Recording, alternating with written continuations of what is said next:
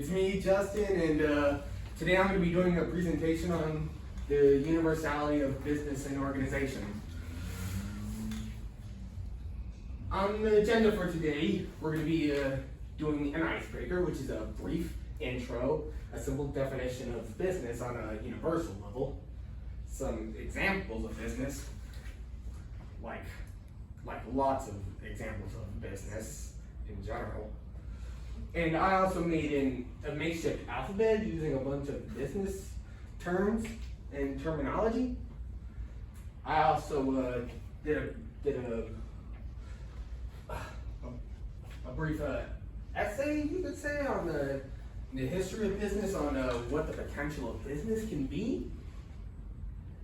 I'm also doing a review of my own business project. It is known as the Wonderful World of Charlee and his friends. It's been active since 2015, and yeah, we're still set on succeeding and working hard, obviously. And I also have a very simple business activity in which involves us discussing our own visions and ideas on business. We'll get to that in a moment. Breaking the ice. Business has a wide variety of formal and informal definitions in the universe, including simple actions or dialogue, conversations, events, coalitions or alliances, operations, trades, criticism, groups or teams or councils, whatever teams there are, concerns, activity, practicing or preparing for something particular, commerce, professions or occupations, and a lot more. Business would typically describe a group of people, usually with fancy attire and standards, getting together in an office or a store and talking something along the lines of operation, development, management, finances, sales, resources, etc. But the surprising reality is that business has an even more vast variety of definitions than you can even begin to imagine. There are numerous, potentially infinite ways that business works in general. Business comes in many shapes, forms, sizes, organizations, incorporations, ways, beliefs, and a lot more. There are potentially infinite examples of business. A mere fraction of examples of business in general includes a store selling produce or meat or bread, a manager running a motel or a hotel or a hostel full of guests and staff to help manage and regulate affairs for all guests alike. It can be the typical office with a systematic mode of staff and rules and regulations. Business can also include an amusement park with a cluster of rides that are constantly maintained and regulated to ensure safety and efficiency for the riders. Another example could be a restaurant or a cafe ran by an efficient, high-energy team that constantly cooks, cleans, tends to customers and equipment, helps promote advertisement or other incentives to buy from the particular store or even to get a job there. Another informal example of business can also include a household ran by a family that maintains rules, constantly works to maintain a clean, organized residence, maintain order, organize objects and furniture, and other people, pets, collections, and other knickknacks. Of course, the size of the household varies as they can range from something as small as a studio apartment or just a simple setup to sleep and eat and whatnot. It can even be something as giant as a palace or a mansion that can have a variety of their own staff, which that also falls under business in general. And not to mention households or other resident buildings, whatever you choose to call them, like houses, apartments, whatever. You can host a variety of residents, even pets. Some even host businesses of their own, whether on an informal level or done formally with the likes of a permit and whatnot. Another formal example could include a museum that preserves and displays relics and works of art to all tourists that can be able to gather to see. Most museums even implement security and as to, well, preserve these works of art as they're considered very valuable and priceless. Business can also include a school that can educate hundreds, even thousands of students and host dozens or even hundreds of staff members. It can also include like offices, cafeterias, security departments. Sometimes schools collaborate with third-party organizations, just like a typical business would. It can also include like a parking lot converted to the likes of a car dealership to advertise and to sell cars that are obviously mass-produced in factories. It can also include a police force or agency that maintains and enforces order to keep citizens safe, sometimes taking secretive or extreme measures to keep their jurisdiction in check. It can also include a musician writing and recording music to implement into albums and perform live at concerts and shows. They can be able to strategize with their management, work with other artists. It can also include an artist painting portraits or making sculptures, sometimes even doing photography.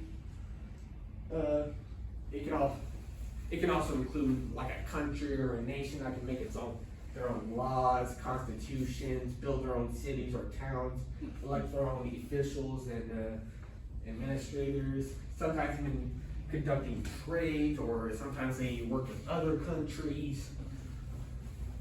Another rather fantastic example of business could be a kingdom where villages and towns can be built, businesses are built and moderated, they can maintain a proper guard and order. And usually kingdoms would be passed down from families, same as business. Sometimes business is passed from parent to child, I guess uncle or aunt to nephew or niece and whatnot. It can also include a doctor's office that takes care of a wide variety of patients and constantly has to maintain supplies in a certain fashion or manner. There are numerous examples of business on both formal and informal levels. All right, now we're moving on to the main part, which is the business. There are a lot more examples of informal and informal business that all humans combined on this earth can imagine or even fantasize on an hourly basis, so much that it cannot all be fitting onto this presentation. We shall move on. I made a makeshift alphabet that has 26 unique business terms representing the letters of the modern alphabet. A is for awareness. In business, awareness means being able to recognize as much as possible, from a formal or informal business structures to the pros and cons and advantages and flaws, to the capabilities and flaws of each of your coworkers, to your own flaws.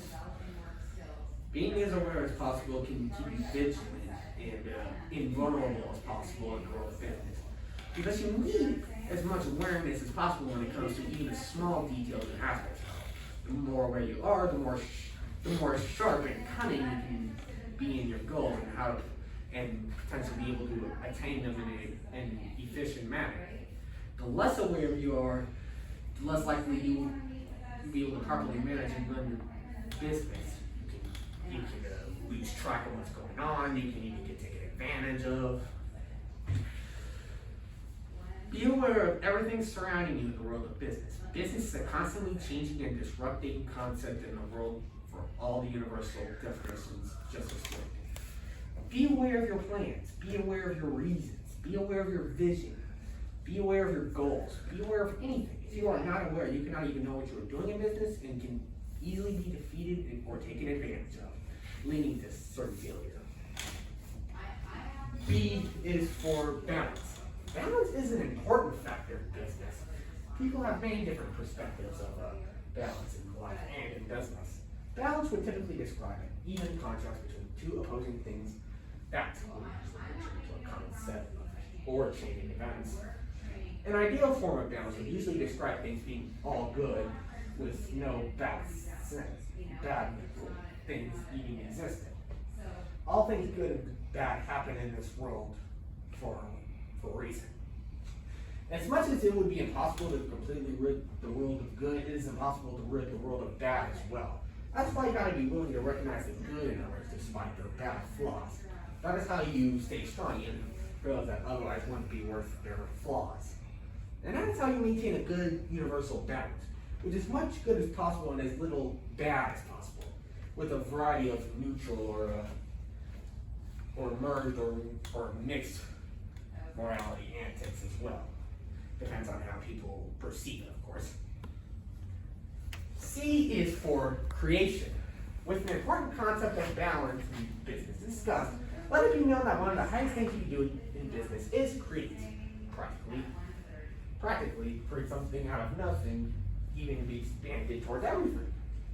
Sadly, business has the power to destroy as well, even when they don't realize it. Either way, business has the power to combat destruction with creation and vice versa. It is great responsibility upon the masters of business to be able to facilitate creation.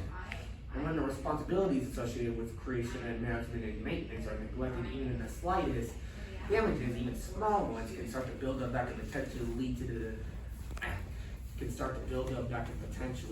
destruction of the business. One of the worst outcomes a human can suffer in a constantly changing world. Everybody has the power to create, even things that are beyond a typical imagination or potential. With business, potential can be created, discovered, even built upon. D is for determination. Determination is more complex and hardcore than one can easily imagine. When it comes to any sort of determination, even in business, you must be devoted. You must be able to make sacrifices. You must be dedicated to the task or tasks ahead of you. You must be turbulent and fuel yourself based off of your experience and passions. You must have ambition, charisma, a heightened sense of survival for others and yourself. You must build up skills over months, years, even decades if necessary. You must go through as many experiences and scenarios as possible in order to realize them all completely for all little values and lessons they hold, whether they're good or bad. Having as much experience as possible, even if it's not remotely related to the business tasks, can help you indefinitely in your endeavors and ambitions, making you more sharp-skilled and more aware of things and more eager to attain your goals in the most human and compassionate way possible. You must make as many good and bad memories as possible. You must learn as much as possible. Hey Justin, when you get about halfway, we'll take a break, okay? Alright, sounds good. Yeah. E is for exercise. With an important term discussed, let's move on. There is a large universal variety of mental, physical, emotional, verbal, and psychological exercises on any muscle, tissue, organ, etc. in the body, making you more sharper and stronger in that particular aspect. As much as you should work out regularly to improve your muscles and body, you must work out your mind as well. There come so many ways to being able to train yourself or others constantly, even when at a full potential. Exercise means keeping yourself sharp so as your mind and body does not deteriorate or spoil one's health. There are a variety of mental exercises to boost brain power. As unique it is to say this, there is meditation, coordination exercises, constant tests, riddles, quizzes, trivia, memorization, etc. And also, F is for family. Family would usually describe those that are close in genetic relation to you. The reality is that we are all family on this earth, and we can all be able to get along with friends as easily as it is able to not get along with immediate family. All humans, especially those that team up for the sake of business, share a common ancestor at some point in human history, making us all like distant relatives that are able to shift amongst each other systematically when it comes to constantly changing environments and customs, like when you move to a new city or a new state or a new country. Yeah, constantly changing environments and customs. It is especially for this reason that an ohana or an everyone is family approach on being able to be warm and welcoming and genuine with those you work with is proven to efficiently facilitate teamwork and synergy. The concept of ohana, which is originally a Hawaiian term,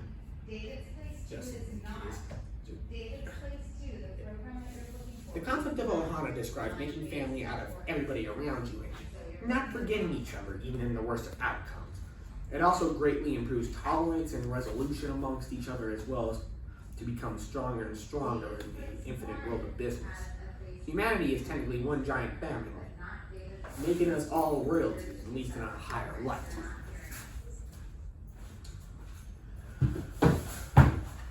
G is for globalization.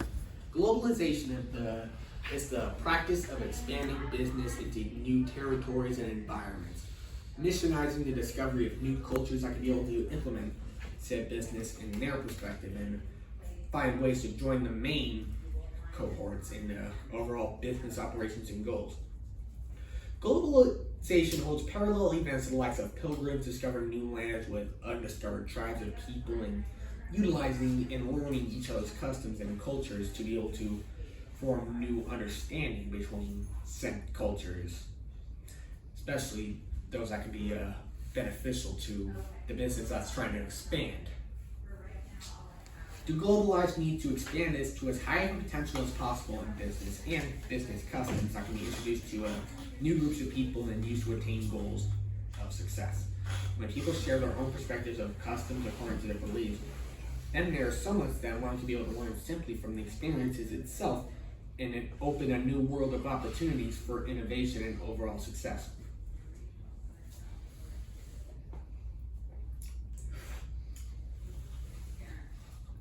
H is for humanity. Humanity is a very complex concept that we all as humans share.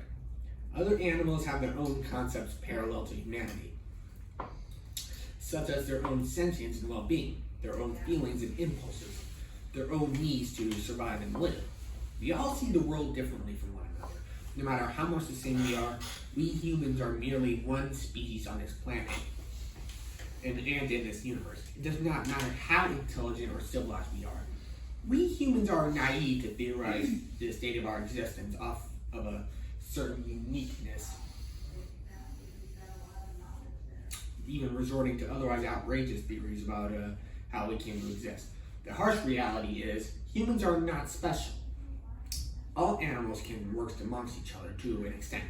We all can get along to some extent when this sort of civilization is trained into us. All humans share over 99.9% of their DNA with each other. That I'm basically referring to all of us in this room, for example. With the remaining 0.1% gapping the differences in all of us. We all have a common human ancestor and even share the same evolutionary ancestors as the likes of bears, cows, dogs, and more. We share approximately 98% of our DNA with the likes of chimpanzees. We share 70 to 80% of our DNA with all other animals on this earth, and approximately 50 to 60% of our DNA with plants. All creatures can be able to work together in harmony when there comes a mutually agreeable will amongst all instead of forced labor and enslavement needed to domesticate said animal to nothing but human will. A lot of times it can lead to potentially abusive situations that an animal would otherwise not want to be in. So when you use an animal for work per se, like the animal's gotta be willing to do it, like be able to trust the humans enough to be willing to perform that task. Otherwise that's nothing better than enslavement. The reason humanity is important in business because businesses are ran by humans, and being able to embrace the creatures we are is the best way to utilize ourselves and our potential in the world of business. I is for innovation. Innovation is infinite. Innovation is constantly changing and adapting. Innovation comes slowly and innovation comes right out of the blue. Most businesses innovate all the time, lest they fail and end up potentially in the worst of situations.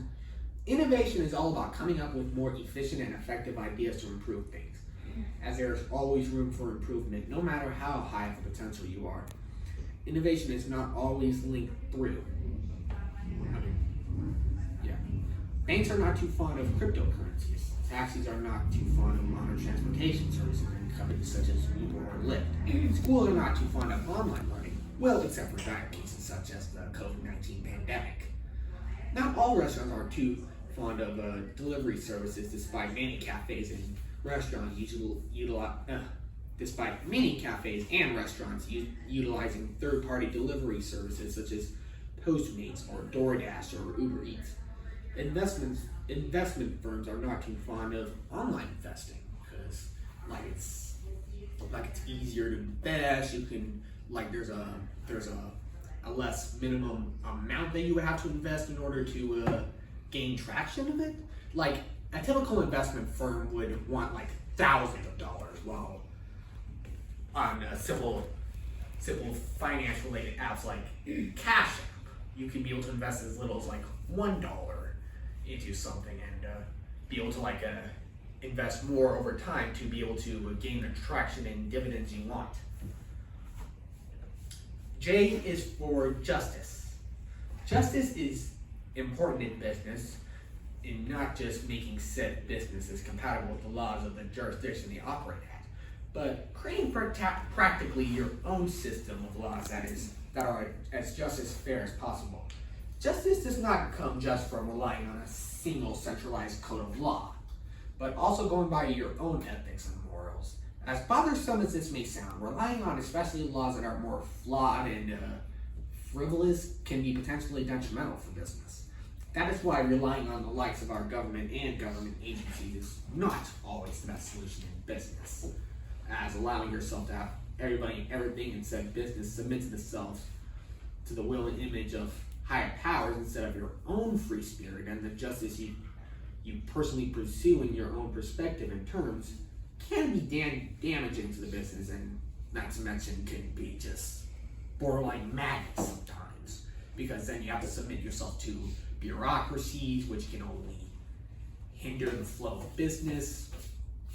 So yeah, a lot of times when you work on the regulations of business, sometimes you gotta be able to rely on your own perspective of law and justice and whatnot, because some laws can be flawed, and just one simple mistake can put you in a very bad situation. And just an FYI, I used to take law back at Ernest McBride High School. Very awesome program. And just an FYI, I'm on slide 15 of 45, so we're about a third of the way through. Okay, let me see. Being able to rely on ethics to create your own systems of law in business, and even allowing said systems to be flexible and adaptable enough to be in compliance with any code of laws in any country or jurisdiction, at least on your terms, to keep everybody satisfied while providing their own world of rules and laws for those that work with the business. K is for knowledge. As Isaac Newton once said, what we know is a drop, what we don't know is an ocean. This means that there is so much to be taught to us over and over again that all of us combined can be able to even begin at. Knowledge is a formidable weapon in business. Knowledge is power. Knowledge is wisdom. Knowledge knows no bounds, truly. Knowledge can be used for both good and bad things. Knowledge can be learned at any time of the day and at any place and taught by any human or even another animal. Some embrace high knowledge, while others could care less about their role in the world. There is even knowledge lost to history that could especially be useful to us. Modern humans first emerged about around 200,000 years ago, while record keeping did not become a thing until approximately 6,000 years ago, meaning meaning that expectantly, 90% of human history is still considered lost, including lost peoples, lost cultures, lost civilizations, lost inventions, lost stories, lost legends, lost heroes, lost aspirations and ambitions. There's a lot that is lost that is waiting to be found, obviously. Knowledge is everything is because it is how we perceive things. We all have our own perspectives of knowledge and how we choose to utilize it accordingly. And L is for leisure. Now that another important term is out of the way, let us move on. Do not mope about taking responsibilities and assuming obligations in business. Find leisure and passion in business. When you are able to do something at your own will, that you can get a sense of fantastic satisfaction and reward from doing, rather than just simply something you do to maintain a decent living. Instead, make a living out of business. Find your pleasures running your business. Some businesses and companies even have luxury tactics or benefits as incentives for employees that work there. Some people find pleasure in running kingdoms and empires in old times, and the same goes for people running businesses. You can make friends with your staff and form genuine relationships with them. You can literally enjoy business as if it was mere child's play, almost like you're a kid again and you're playing at the park and you're imagining pretty much anything possible. Like make running a business fun for you and those that have the fortune of being able to work with you in business. M is for marketing. Marketing is a major factor in business. How else are products and services supposed to be distributed and sold across the world? There has to be merchants and representatives that are easy to communicate when it comes to sales and distributions and the appropriate quality and quantity. People that can conduct business on behalf of the company and represent the company. Many modern day entrepreneurs are able to recruit efficient teams, whilst others struggle to even find somebody to potentially recruit. Marketing can be done online, through a contracted transaction, or done the old-fashioned way, face-to-face. Marketing comes with many universal strategies, especially for things like advertisements and endorsements and manufacturing and shipping, and a lot of variety of tactics that said marketing strategies need to focus on. And it is for networking.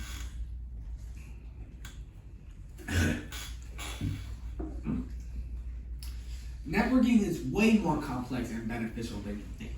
Through networking, you can make a variety of allies, friends, partners, etc. Did you know that networking can get you much farther than the likes of a college degree can with the right people and resources? Networking requires a lot of communication and trust. Networking involves a lot of, presumably, one-chance opportunities that wouldn't usually be presented a second time.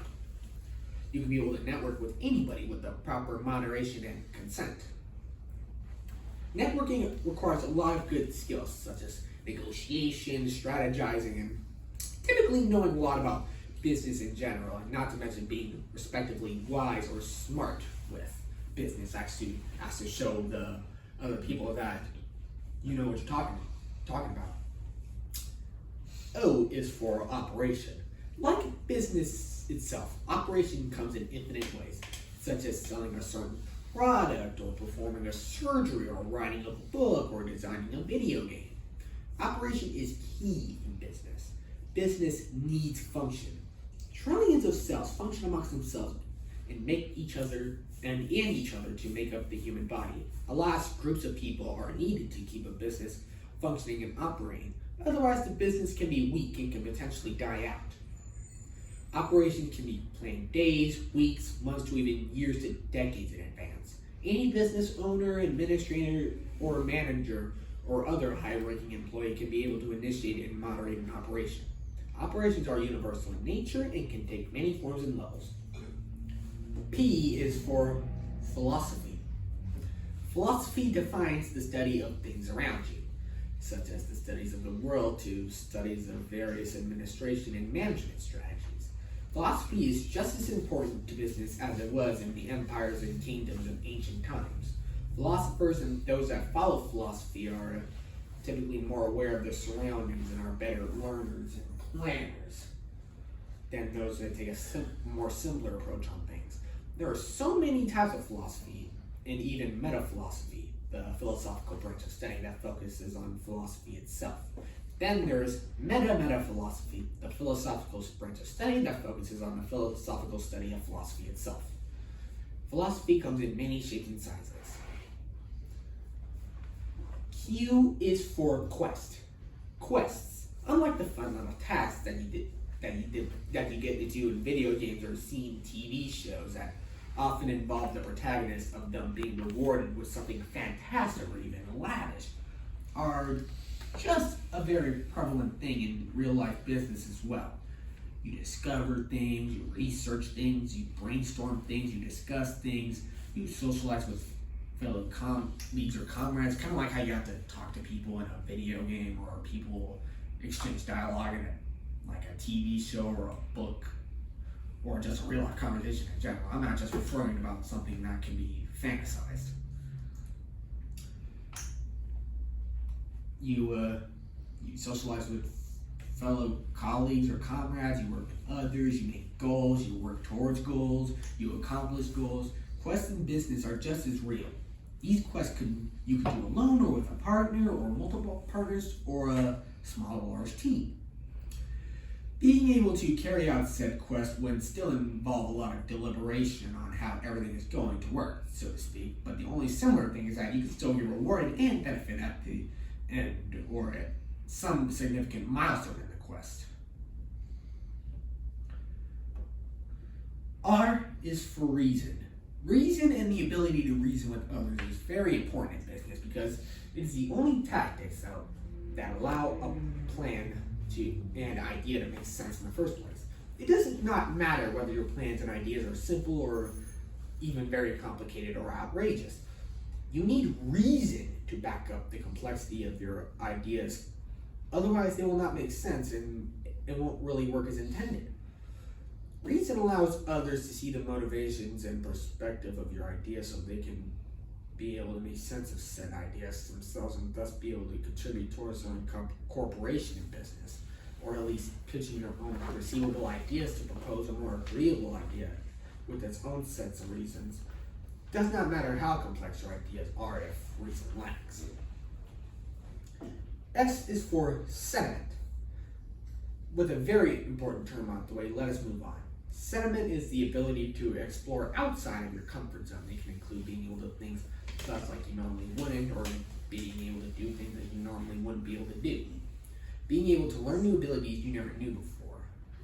A sentimental personality can strengthen one's capabilities in life and be able to set oneself on a good path.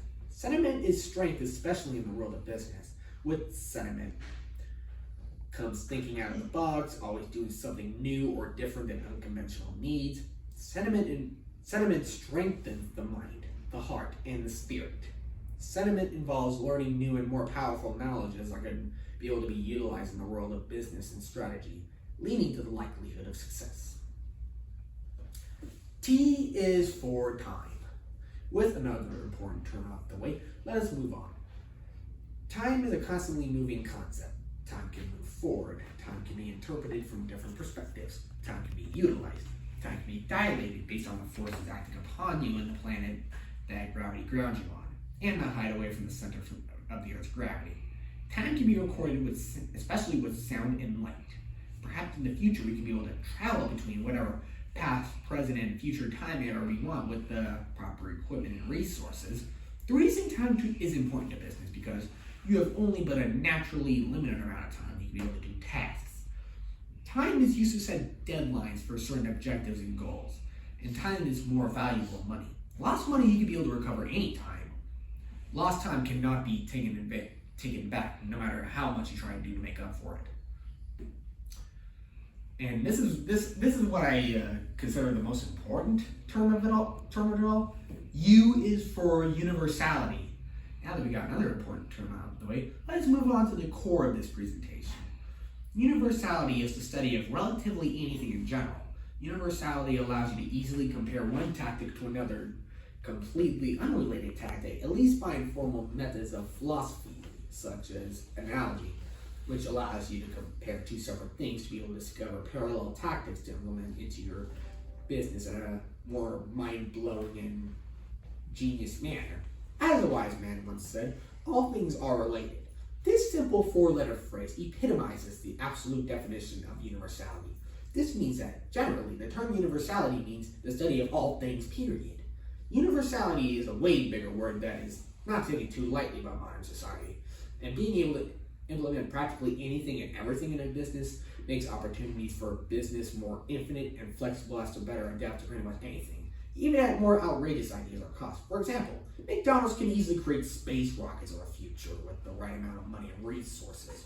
Or O'Reilly Auto Parts can have a stand where they make tacos for the store customers. Kind of like how IKEA has those meatballs and hot dogs.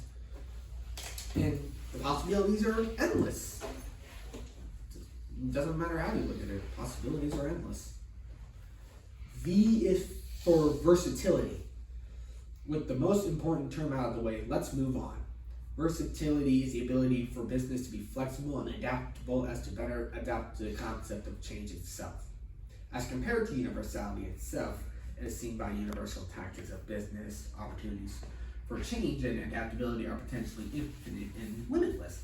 When a business or organization undergoes change, all employees and loyalists paying for the business must have a level of versatility in part with that general organization. When a company is unable to adapt to change, however, then that can pose a huge threat to the business, and the business is unable to catch up with the majority of their competitors and allies in the cutthroat world of business. W is for wisdom. Also considering the infinite concept of universality, wisdom is a higher level and mode of discipline, especially that of your inner spirit can be able to learn and maintain in life. One of these modes of discipline that coincides with deeper wisdom happens to be self-discipline. The highest level of discipline that is not commonly easily taught to us at a young age. True discipline involves little to no feelings and emotion, and most reactions are done out of wisdom instead of feelings. That allows people to be stronger and more tolerant to those around you. There are many ways one can adapt to wisdom, although it does not set in right away, and usually takes time to be fully realized by those learning said wisdom and being able to pass it down to future generations. Wisdom is important in business because it allows you to be more wise with those you work with and be able to teach them things that you may have not have learned at a younger time. X is for xenial. I'm pretty sure some of you may have never even heard this word before. What's another majorly important term out the way? Let's learn a rare word. To be xenial is to be warm and welcoming and willing to work with the likes of strangers or those hosted by someone as a guest that's not of their original background or place. Many organizations are skeptical in letting just about anybody work with them due to liability and security reasons, but if you were more polite and genuine with those that operate with a business outside of what they are accustomed to, then you could be able to earn more respect and even earn more people contributing towards your business than those who are more hostile to what they consider outsiders or strangers. And this is where things get really interesting. Y is for yin yang. The yin yang, an ancient Chinese symbol and icon representing harmony and higher balance, is one philosophical concept when it comes to it, especially examining the morality of each aspect of business.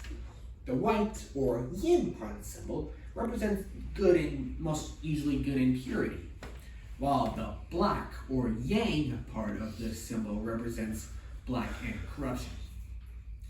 The black circle in the yin part of the yin-yang represents the bad and the good, such as the part of good deeds that people may not like or approve of, or better exemplifying the simple phrase, good deeds never go unpunished. The white circle in the yang part of the yin-yang represents the good and the bad, such as people sometimes being desperate or forced or coerced into do something against their morals or legality in order to do something good or to be heroic or have a good cause in reason. And usually common people would perceive that as bad, even though like you felt like you had good reason to do what you needed to do. Like I said, it all depends on the perspective. The edges bordering the two color shades represent a purely neutral side of things, not good nor bad, just simply in between, commonly known as a gray area in modern times. For things to be determined as good or bad or anywhere between the two simple sides all comes down to how it's perceived by people, especially in business. No big deal.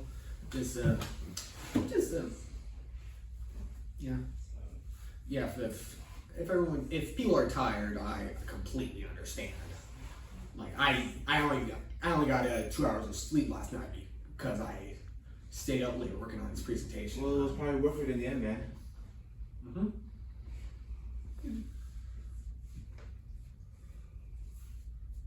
For things to be determined as good as or bad or anywhere between the two single sides all comes down to how it's perceived by people, especially in business. Z and the last letter, Z, is for Zen. Zen is like a school or class of inner peace that can especially be very useful in business because it allows one to be more calm and focused and peaceful with the task at hand. When you are Zen'd out, per se, you are typically in a state of a very vibrant calm that can allow one to have more clarity and free will when thinking for the sake of business. Being able to easily exalt one's plane of thinking towards a higher ambition or goal with an almost complete lack of ego that could hinder you from getting business done. Like being able to be at a higher state of thinking is a concept very explored in modern times. Like there's this one rapper that even came up with a word for a higher state or a plane of thinking. The word is called Gekyume. Gekyume. Jackie, I've heard of that. Yeah. The definition of that means a higher state or plane of thinking, or a higher universe, however it is described, like a higher state of thinking. Okay. Being able to easily exalt one's plane of thinking towards a higher ambition or goal with an almost complete lack of ego that can hinder you from getting business done. Being able to remain peaceful and tolerant with others allows you to be strengthened mentally and emotionally, and can allow for better relationship amongst teammates and colleagues. There are Zen-related exercises such as yoga and meditation. Zen is important in business because it promotes peace and calmness amongst those that work towards a common goal. All right, now that we're done with the We'll take our break. now that we're done with the alphabet part of it, we'll take our break and then we'll continue. Keep in mind we're leaving off on slide 32.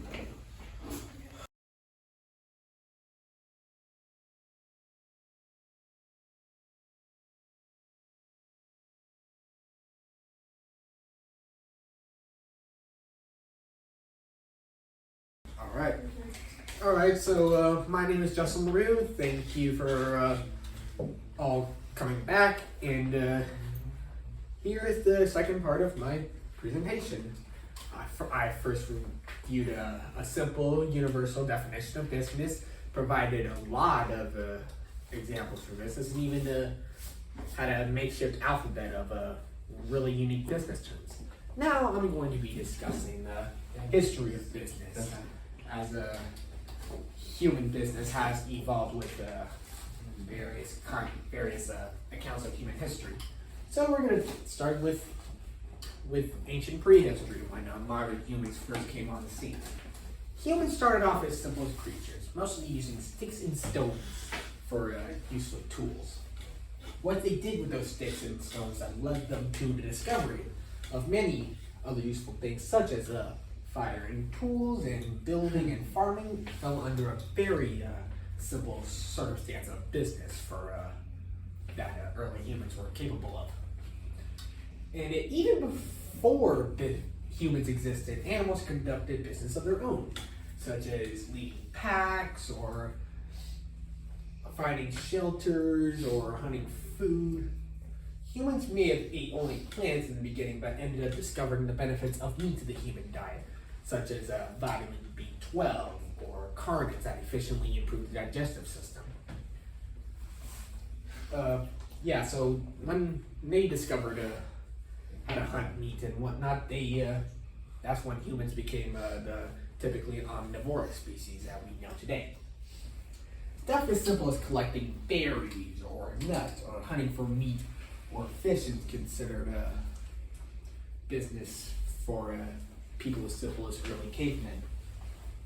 Then humans began utilizing tools in organization more, they had less of finding shelters in trees and caves and even began to build like huts and tents and whatnot. As humans began discovering how to build shelters, people started building villages or would move from one place to another nomadically. Whether early humans set up residence, they would conduct all sorts of personal or professional business, such as caring for themselves and others and their families, cooking food or making tools, bartering with fellow humans around them, hunting and gathering food, building more huts, etc. As villages grew into towns and towns into cities, humans became more and more efficient in otherwise manual tasks, whether strategically in numbers or with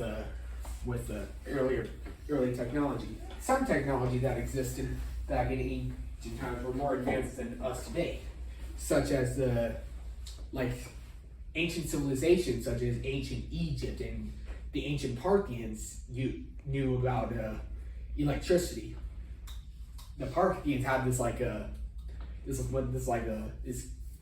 clay jar that had this rod that is in it, which also has like a citric acid in it, such as like a orange or lemon juice to help build an electrical current. Like, they were pretty good with electricity even before Jesus was born. Humans learned to domesticate animals for either work or meat instead of the usual hunting method, which drove many iconically historical animals to extinction. Humans also learned to domesticate fire and make tools out of iron or stone. As the likes of the Romans and Greek became more ambitious with conquering land around them, also considered conducting business because blacksmiths had to make swords and other weapons and gear for soldiers, like arrows and armor and shields. Soldiers had to prepare and store food, set up shelter, meet with each other, strategize their war methods as effectively as possible.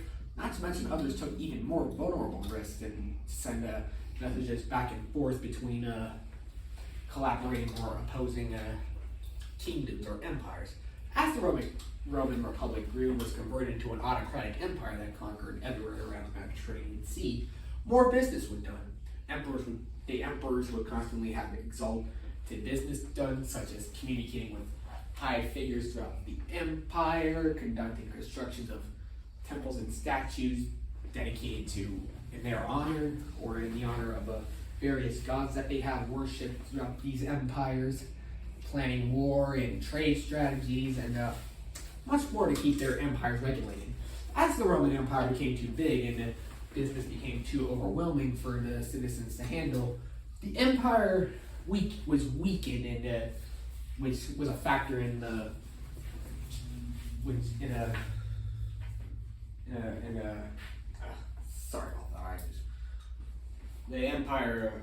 Roman Empire weakened and fell to a series of invasions by lesser civilized barbarians, and no less or better. And that's how the Roman Empire fell. Alright. After the Roman Empire fell, it was divided into several kingdoms, such as Spain, France, Britain, Scotland, etc.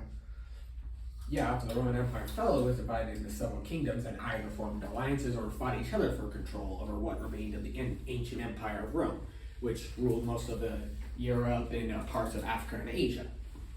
These kingdoms handled business of their own, such as appointing generals or priests or other people of designated or exalted status to serve the royal families and the kings and queens and other rising emperors and politicians at the time. Much simpler forms of business and administration were prevalent due to the aftermath of the fall of the Roman Empire, sending the majority of humanity into a scientific and intellectual regression, which we now know as the Dark Ages. And it took a while for the concept of innovation amongst humans to be fully revitalized after the fall of the Roman Empire and the decline in advanceable technology or knowledge. As civilizations slowly began rediscovering and reinventing and rebuilding themselves from the Dark Ages, humanity was sent to a somewhat constant and turbulent cycle of innovation where some new thing was invented during the course of somebody's life and would continue on to this day.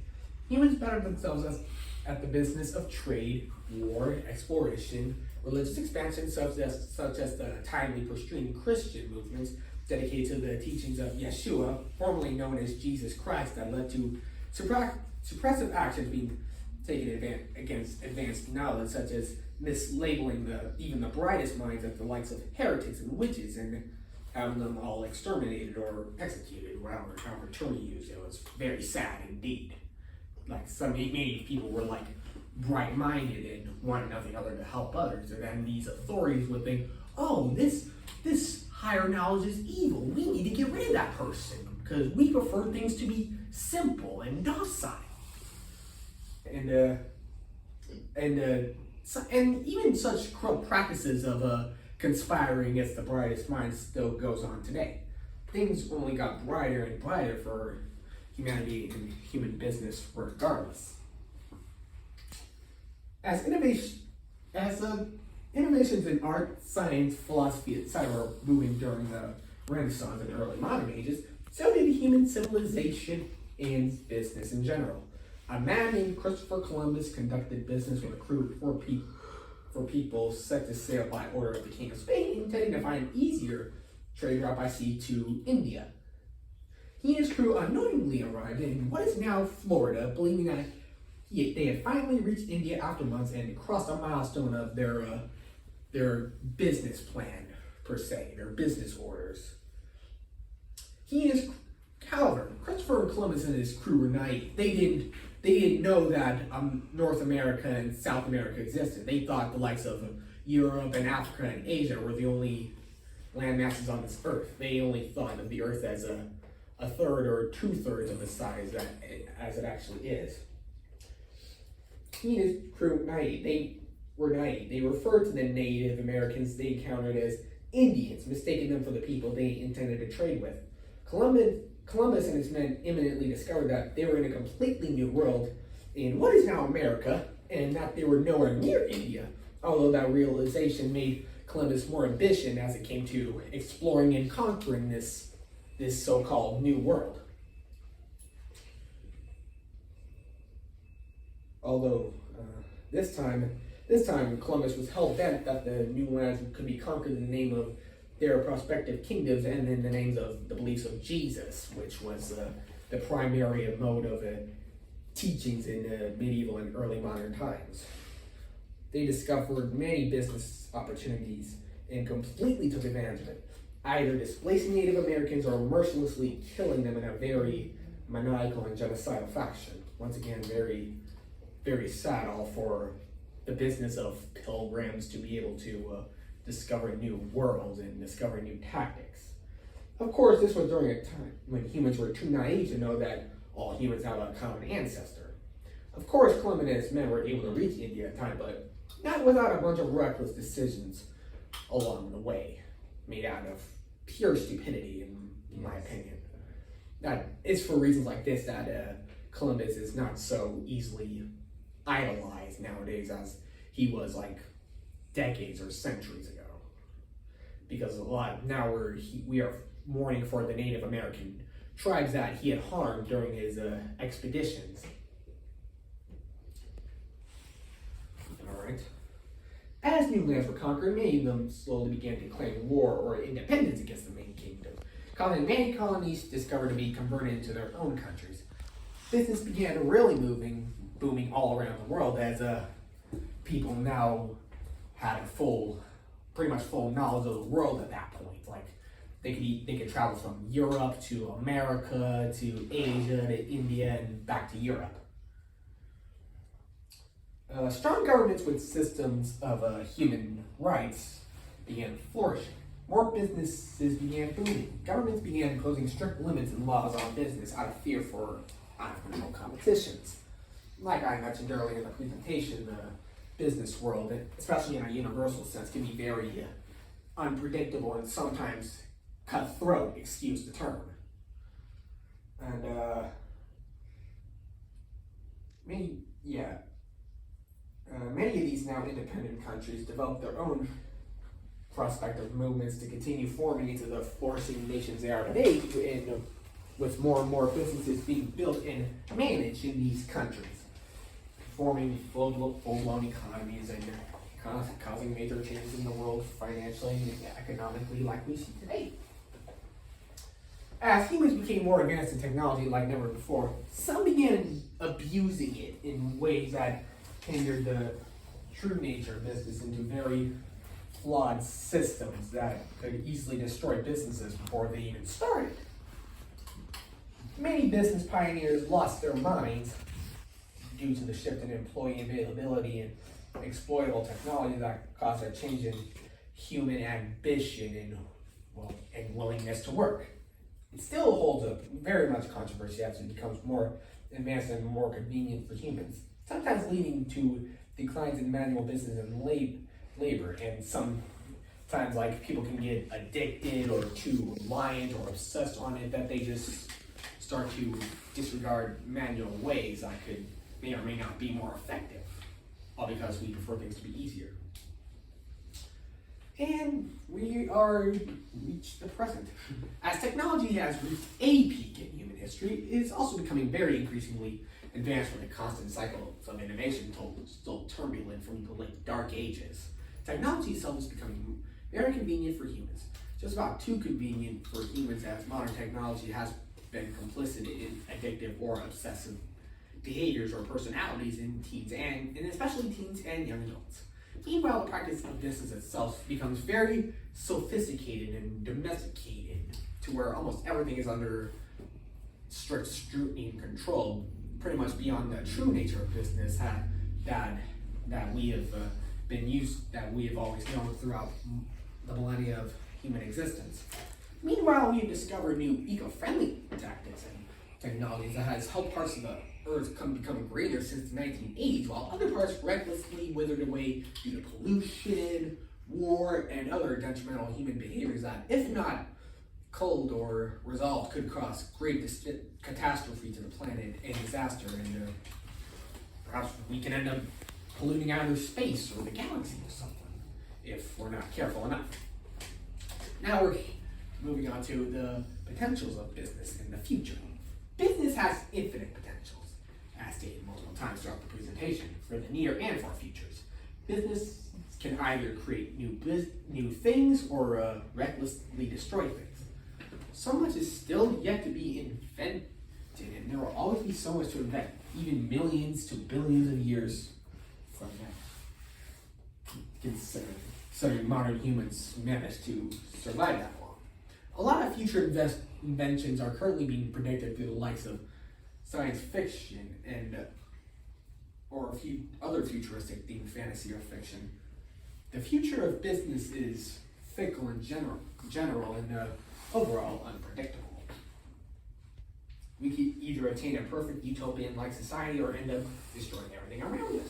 No one can be able to tell what the future holds for humanity and human business and technology, especially human-made artificial intelligence, reflective of human capabilities and flaws themselves, AI for short. Business will always either be a tool of creation or that of destruction, no matter how advanced or moral or capable we are. Right, now that we're done with the history and futures of business, I'm gonna tell everyone about my own business project. It is a work in progress. I have been working on my own business project since I was almost 13 years old. It is known as the Wonderful World of Charlee, Miss Friends, or TWOC for short. It is a social justice-based organization that implements universal tactics especially though mentioned in the business ABCs or the history of business, to defy conventional limits and reach a higher potential while being able to opt working practically anywhere. T-Walk was founded while I was still attending Gompers Middle School in Lakewood, California, as an Instagram comedy skate series that sought to recruit more cast members during a very dire time by starting a club at McBride High School in Long Beach, California. That, due to liability reasons, ended up adapting into a club that opted to create custom comedy plays reflective of the original comedy values that were implemented into the original skits. My friends in the original cast sooner or later approved of this change in the project that we all have contributed to.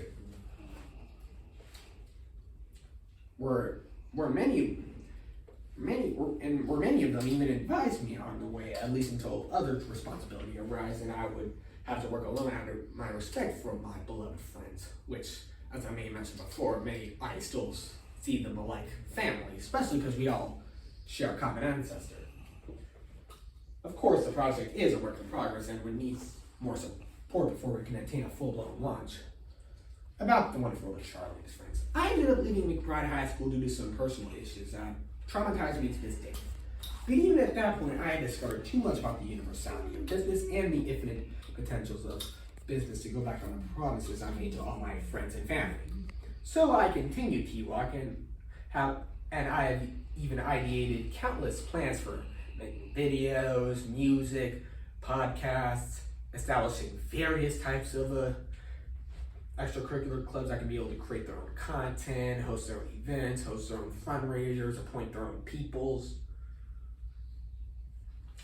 Establishing a portfolio of businesses in an efficient way that can allow for the creation of various jobs specifically for those less fortunate to get a job and be able to earn a living for their families. I implemented more and more universal and versatile tactics and converted T-Walk into the universal social justice organization that it is working to be today. Like I mentioned before, the project is a work in progress and it needs plenty of support. It still needs plenty of support. Like not to sound naive, but a lot of the stuff like it's like past due for support.